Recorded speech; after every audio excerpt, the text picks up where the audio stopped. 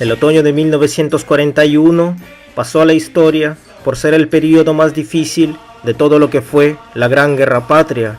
Los alemanes estaban a las puertas de la capital y a mediados de octubre ya conquistaban las ciudades aledañas de la región de Moscú, mientras que los generales alemanes con sus binoculares podían contemplar las cúpulas del Kremlin.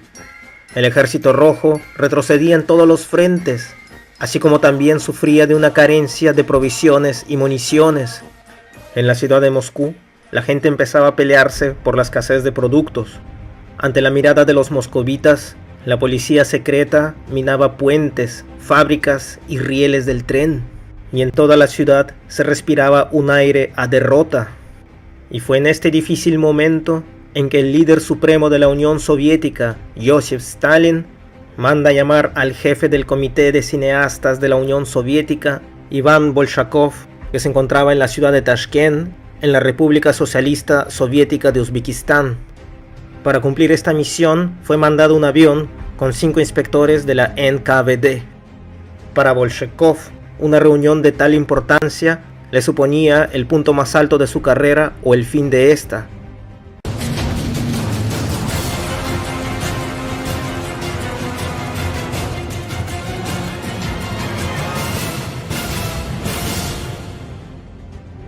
En su camino hacia el Kremlin, Bolshakov podía ver en los rostros la desesperación de los moscovitas.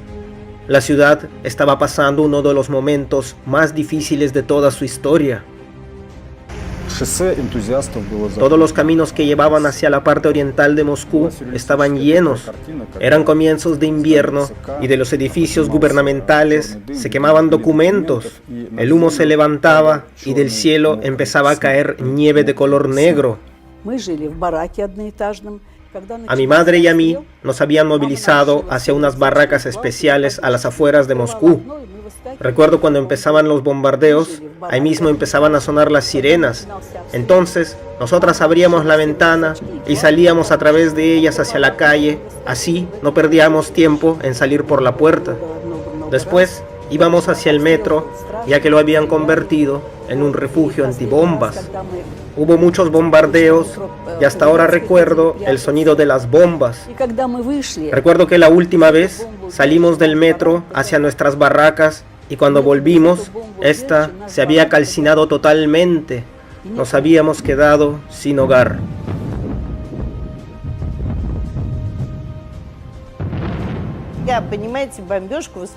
Yo era muy pequeña aún y para mí los bombardeos eran como una fiesta. Recuerdo que mi abuela ponía una almohada en la ventana y me sentaba en ella para que yo vea a través de la ventana.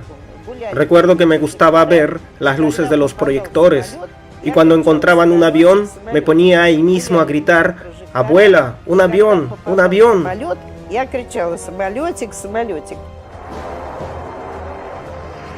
Los alemanes botaban mayormente bombas incendiarias. Los techos de las casas y las calles mayormente eran resguardados por los mismos moscovitas, sin contar que en medio de estos habían bastantes menores de edad. Los ciudadanos aprendieron a apagar las bombas incendiarias rápidamente, ya sea en cubos de agua o de arena. Los alemanes botaban unas bombas que se activaban después de 20 o 30 segundos de haber caído. Los moscovitas no les tenían miedo a estas bombas y antes que se activasen ya las habían metido en agua o en arena. Los bomberos en Moscú salían a patrullar la ciudad apenas empezaban a sonar las sirenas de los bombardeos. Esto incrementaba altamente su efectividad contra los incendios. Este hecho no se vio en ninguna de las ciudades europeas, ni en Londres, ni en ninguna otra ciudad que fue bombardeada por los alemanes. Se vio que salieran los bomberos a apagar los incendios al mismo tiempo que se bombardeaba la ciudad. Al mismo tiempo, la situación en el frente era difícil e imprevisible. El alto mando de la Unión Soviética y del ejército no tenían ni la más mínima idea de lo que pasaba a las afueras de Moscú. No había ningún dato acerca de la situación del ejército rojo y de la Wehrmacht. Y hasta en estos difíciles momentos no se contemplaba la idea de entregar la ciudad de Moscú. Volverían a la ciudad en un Stalingrado y la defenderían calle por calle. El mismo Stalin ligó su destino con esta ciudad y no estaba en sus planes cedérsela a sus enemigos. Muchos del gobierno ya se habían trasladado hacia la ciudad de Kuybyshev, en la región de Novosibirsk, al este de los montes Urales, y también se tenía planeado movilizar a Stalin hacia esa ciudad como líder supremo de la Unión Soviética. Y dice que cuando le preguntaron de forma indirecta si él planeaba mandar a su guardia personal hacia la ciudad de Kuybyshev, este respondió que él mismo mandaría a su guardia personal, pero al frente, si esto fuera necesario, y mandó a traer al mariscal Georgy Zhukov desde Leningrado hacia Moscú para su defensa. El mariscal Georgy Zhukov también recordó en una entrevista muchos momentos que pasaron en ese periodo. Stalin болел гриппом, но работал. Stalin estaba enfermo de gripe, pero aún así trabajaba. Ese día me saludó con la mirada y después me invitó a ver los mapas que tenía en la mesa. Y me dijo, mire, así es como está la situación. Hasta ahora no puedo entender qué es lo que está sucediendo. ¿Dónde están nuestros enemigos? ¿Dónde está nuestro ejército? Si usted puede, vaya ahora mismo al frente y averígüelo. Vaya allá y averigüe cuál es la situación certera y llámeme a cualquier hora del día. Yo estaré esperándolo las 24 horas si es posible. Hasta el día de hoy, 75 años después de este día, sigue sorprendiéndonos los hechos que vio el mariscal Georgy Zhukov cuando fue a ver en qué situación se encontraba el frente soviético a las afueras de Moscú.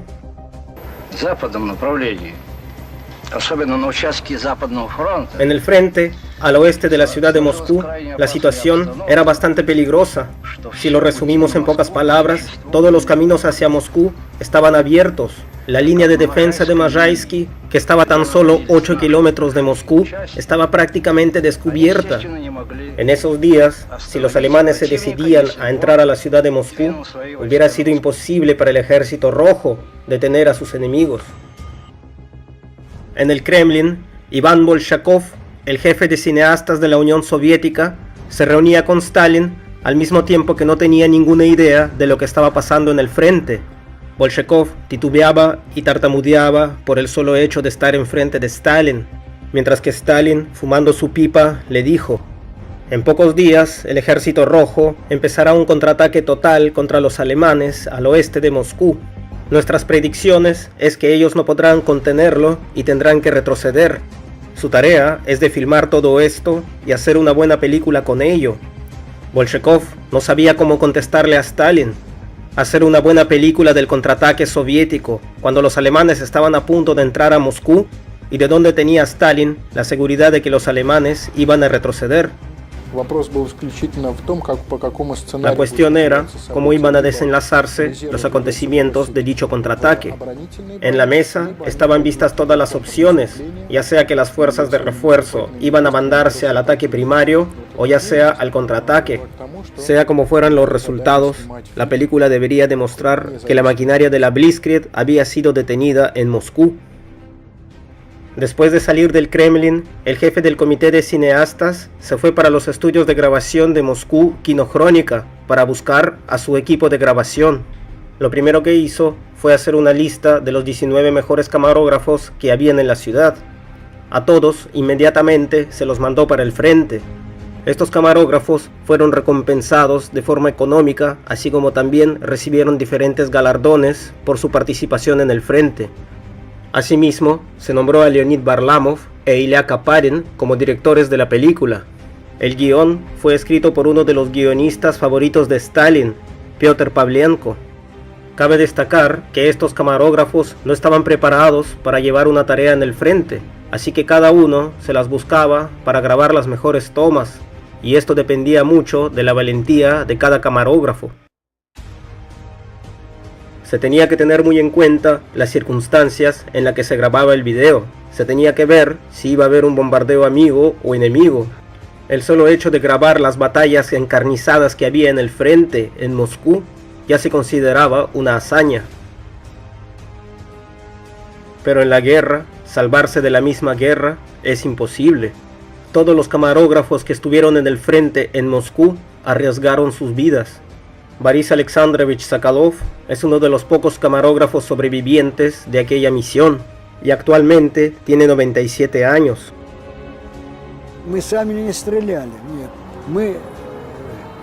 Nuestra tarea era principalmente de filmar la vida del soldado común en el frente de la forma más realista posible, para entender lo difícil y peligrosa que era la vida de los camarógrafos en la Gran Guerra Patria durante el frente oriental de la Segunda Guerra Mundial. Hay que tener en cuenta que la tecnología de la época tenía muchas limitaciones. Las cámaras de mano de aquellas épocas te permitían filmar un máximo de 30 segundos y después tenías que recargar el carrete donde estaba enrollada la cinta para volver a filmar. Y todo esto tenías que hacerlo en medio de balaceras, bombardeos y ataques del enemigo. A esto le sumábamos el frío del invierno ruso, que en esos días llegaba a -30 y a -40, hacía que la cámara dejara de funcionar. Por eso es que teníamos que meterla dentro de nuestros abrigos para calentarla y que ésta funcione. A finales de diciembre de 1941, la película del contraataque del Ejército Rojo en la batalla de Moscú había sido montada y producida.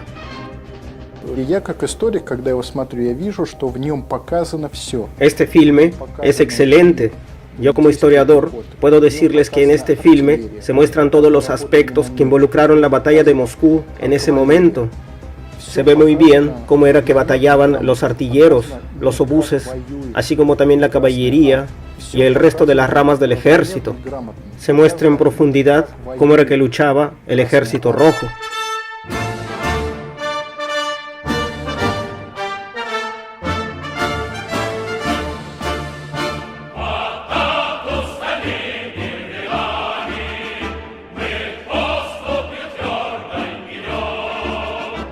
A finales de otoño y comienzos de invierno de 1941, la ciudad de Moscú se había vuelto una fortificación. Tenía muchas líneas de defensa. La última de estas pasaba por el centro de la ciudad. Al frente iban batallones de las milicias populares conformadas por los mismos ciudadanos de la ciudad de Moscú.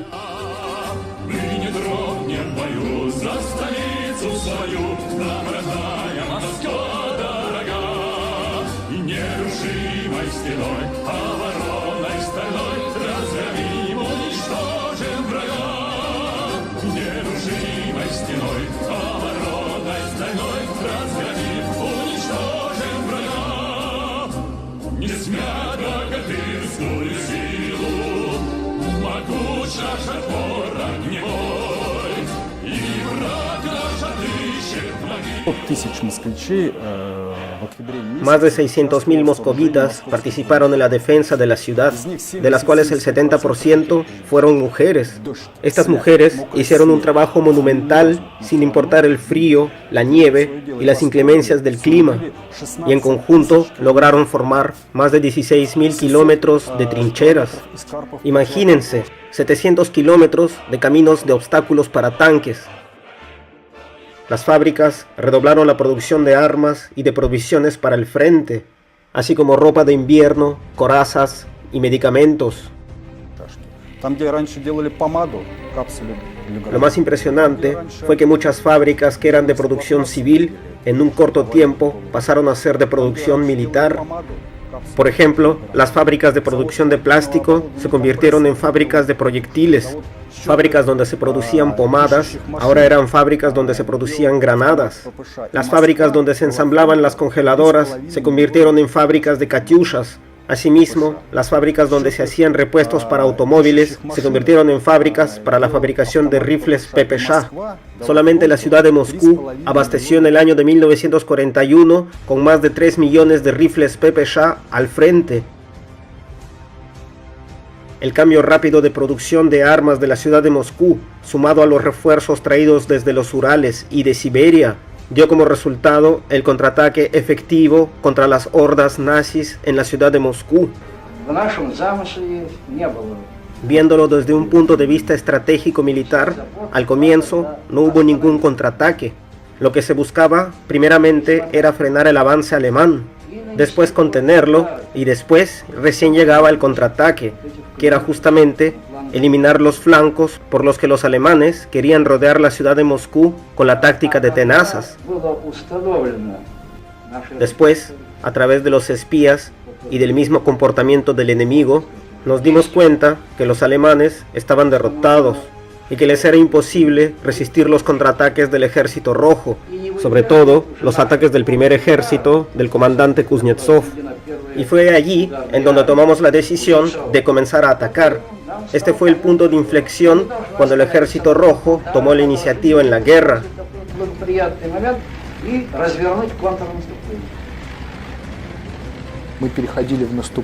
Fue en ese momento cuando los soviéticos empezaron a ganarle a los alemanes, y esto teniendo en cuenta que el Ejército Rojo tenía un 10% de superioridad frente al Ejército Centro de la Wehrmacht. Por eso, la batalla de Moscú se la considera el punto de inflexión no solamente en la Gran Guerra Patria, sino también en toda la Segunda Guerra Mundial.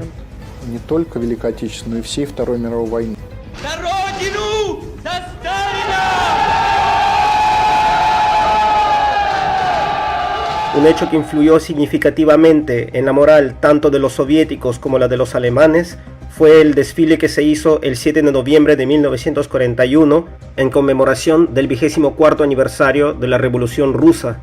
Los que participaron en este desfile marcharon directo desde la Plaza Roja hacia el frente, el que en ese momento se encontraba literalmente a 30 kilómetros del Kremlin.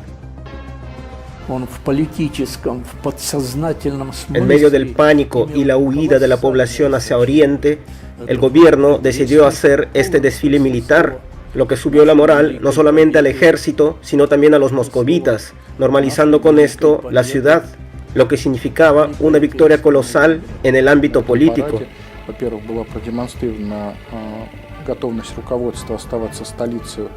Este desfile era un símbolo que nos daba la seguridad de que nosotros ganaríamos la guerra.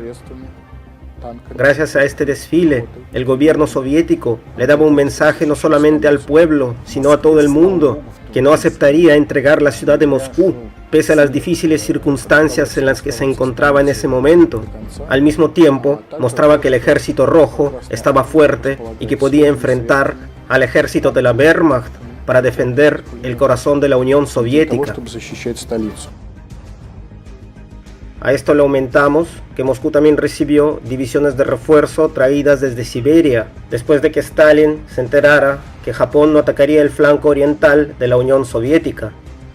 Y en ese mismo momento también llegaron los nuevos tanques T-34, que eran mucho más avanzados y efectivos que los Panzer alemanes.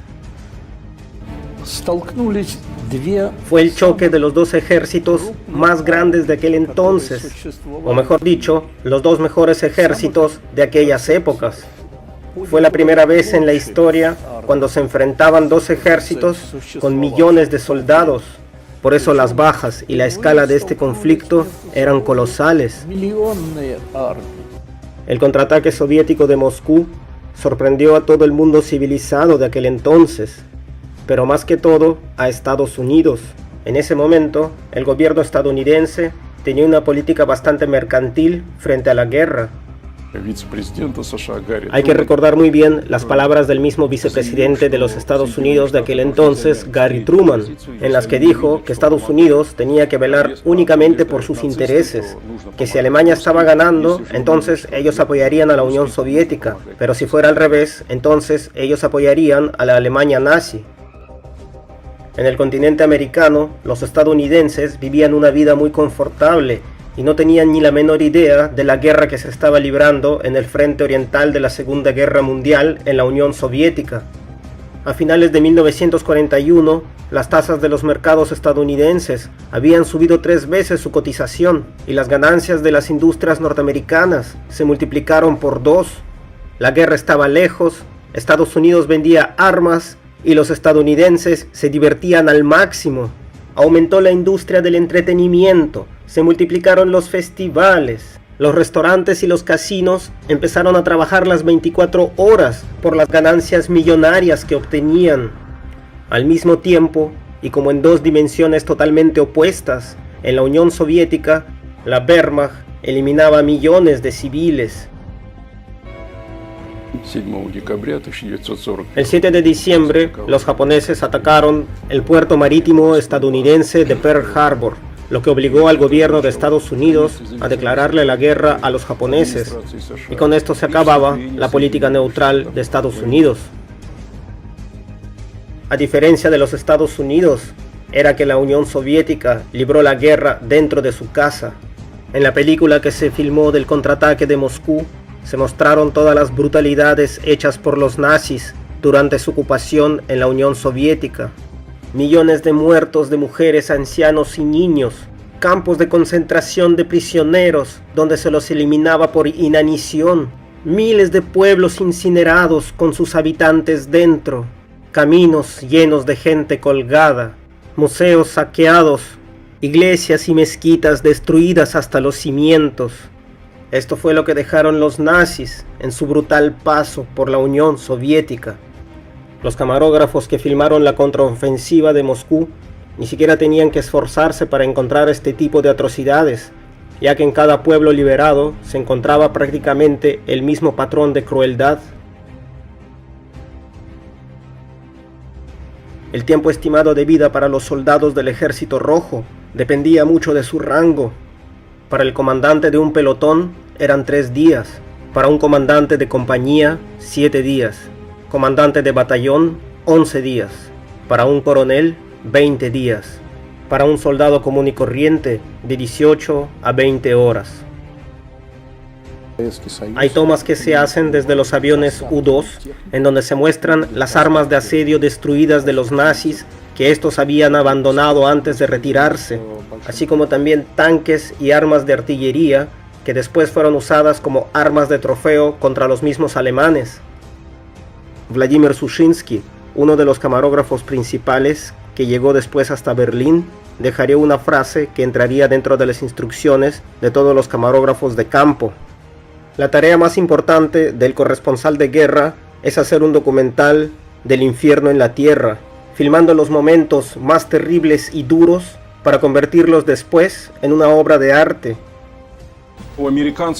Los estadounidenses, a diferencia de los soviéticos, ya tenían una industria propagandística bastante desarrollada, que impulsaba el patriotismo con filmes de muy alta calidad y excelentes directores.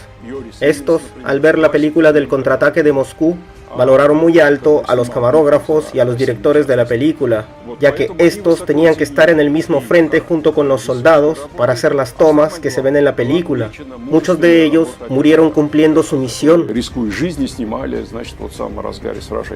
La película del contraataque de Moscú se terminó de filmar el 25 de diciembre y el 27 de diciembre de 1941 se comenzó a incorporarle el sonido.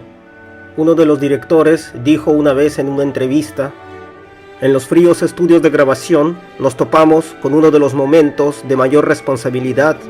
A la película teníamos que incorporarle la Quinta Sinfonía de Tchaikovsky, una melodía de protesta en un fondo de acordes disonantes. En la pantalla teníamos imágenes de pueblos quemándose, con mujeres llorando en medio de cuerpos de niños calcinados. Y al lado de todo esto, soldados de la Wehrmacht parados muy orgullosamente. Todos los que estábamos en esa oficina escuchábamos la música, mirábamos la pantalla y llorábamos, pero seguíamos trabajando con las manos congeladas por el dolor que nos salía del alma. Por delante todavía quedaban varios años de guerra, pero momentos decisivos que marcaron el frente oriental quedaban pocos. La batalla de Moscú significó el fracaso de la Blitzkrieg. De igual manera, le dio tiempo a la industria bélica soviética para reorganizarse, así como también la toma de la iniciativa por parte del Ejército Rojo, lo que conllevó a Alemania a una guerra de desgaste larga contra la Unión Soviética, algo para la cual no estaba preparada, lo que condujo posteriormente a la derrota de la Wehrmacht. La película del contraataque de Moscú fue entregada a la directiva del gobierno de la Unión Soviética el 2 de enero de 1942. El primer y el más importante crítico fue el mismo Joseph Stalin, el que después de verla dijo que una buena película tiene tanto valor como muchas divisiones.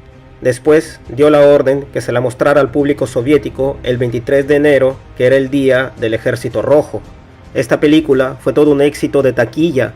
Solamente en los años de 1942 y 1943 la vieron más de 16 millones de personas. Cuando comenzaron a verla en el extranjero, el público, especialmente en Occidente, entendió que la guerra que se libraba en el frente oriental en la Unión Soviética era una guerra única en la historia, ya que la Unión Soviética estaba movilizando todos los recursos que tenía para su supervivencia, debido a que efectivamente el ejército nazi llevaba una guerra de aniquilación contra el pueblo soviético.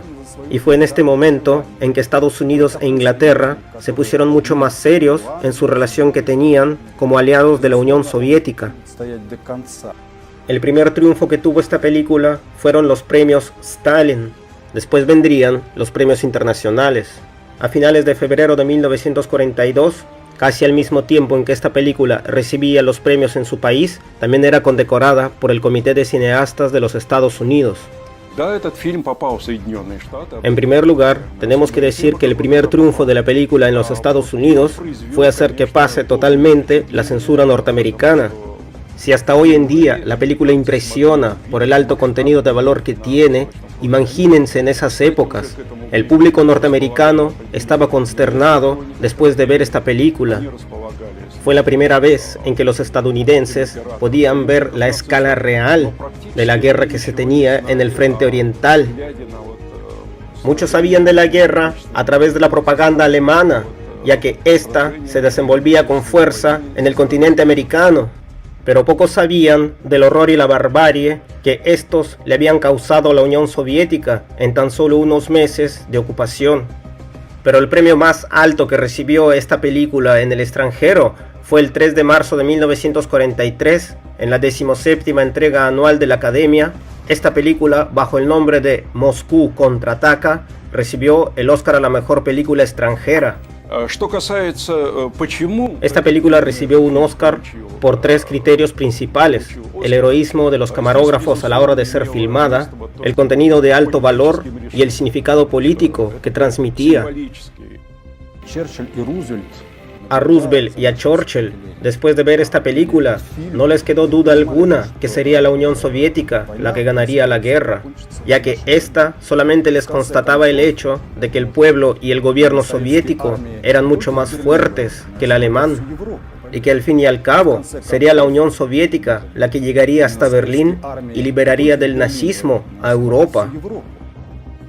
El pueblo estadounidense, para el que el ataque de Pearl Harbor había sido la máxima pérdida que habían sufrido en su territorio, estaba consternado a ver el horror que habían ejecutado los alemanes en el pueblo soviético, a la vez que estaba fascinado al ver el poder de la maquinaria bélica de la Unión Soviética.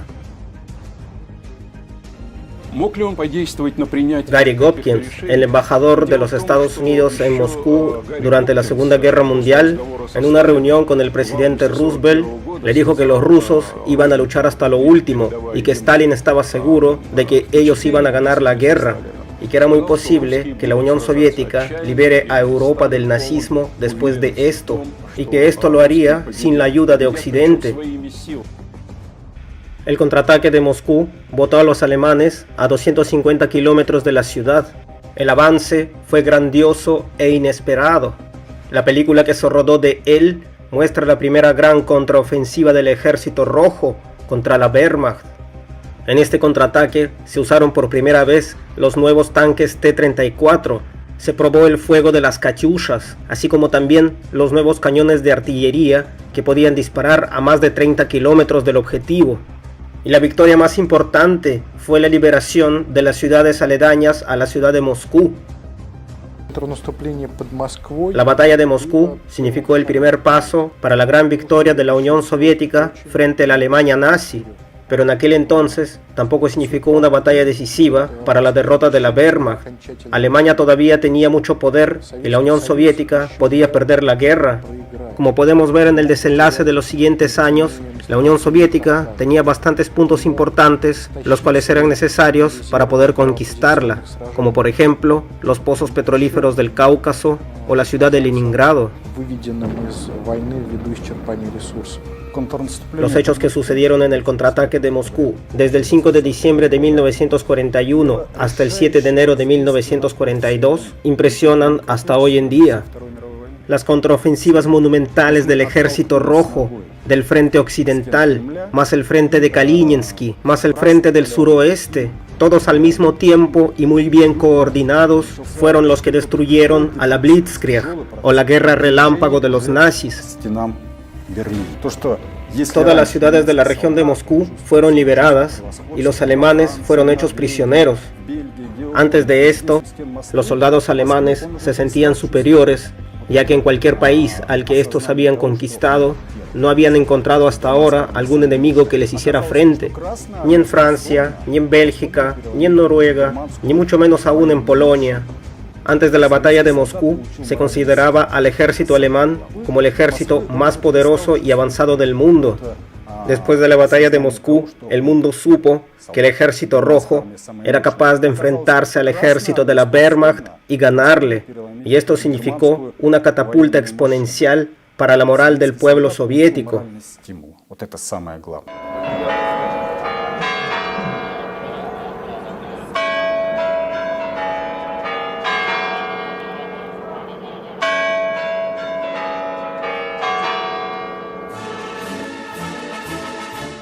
Hace 77 años, en la región de Moscú, el Ejército Rojo, un ejército de soldados poco entrenados, chiquillos que recién habían terminado la escuela, civiles, mujeres, ancianos y niños, derrotaron por primera vez al ejército de la Wehrmacht, un ejército de soldados profesionales que se habían curtido con años de experiencia en la guerra.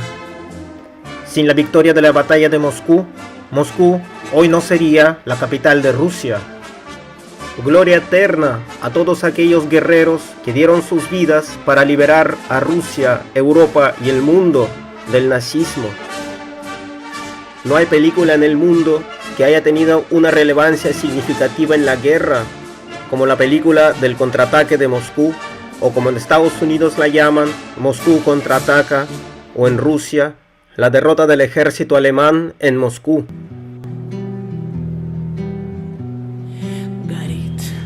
Кружится планета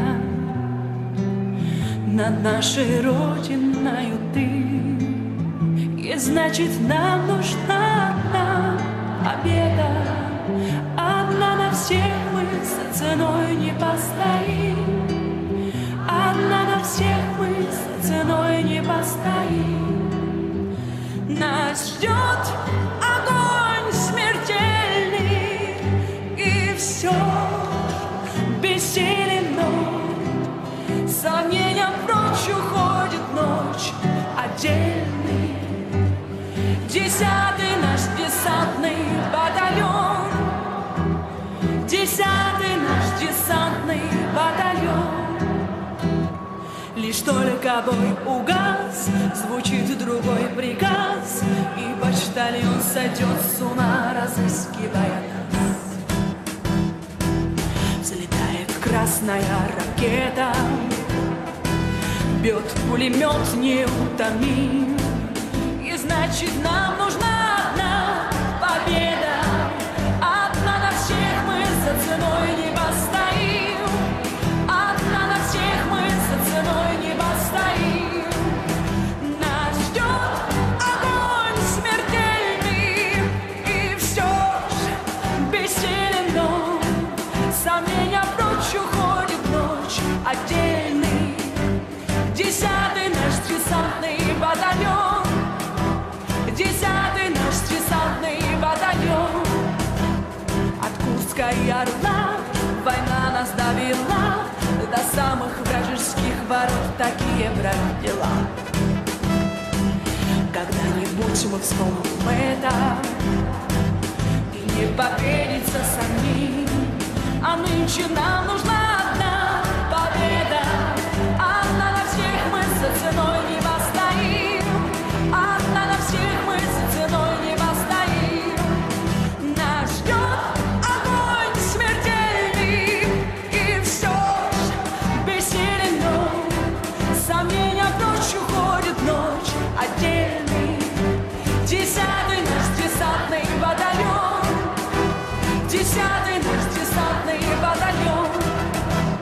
10-й наш десант.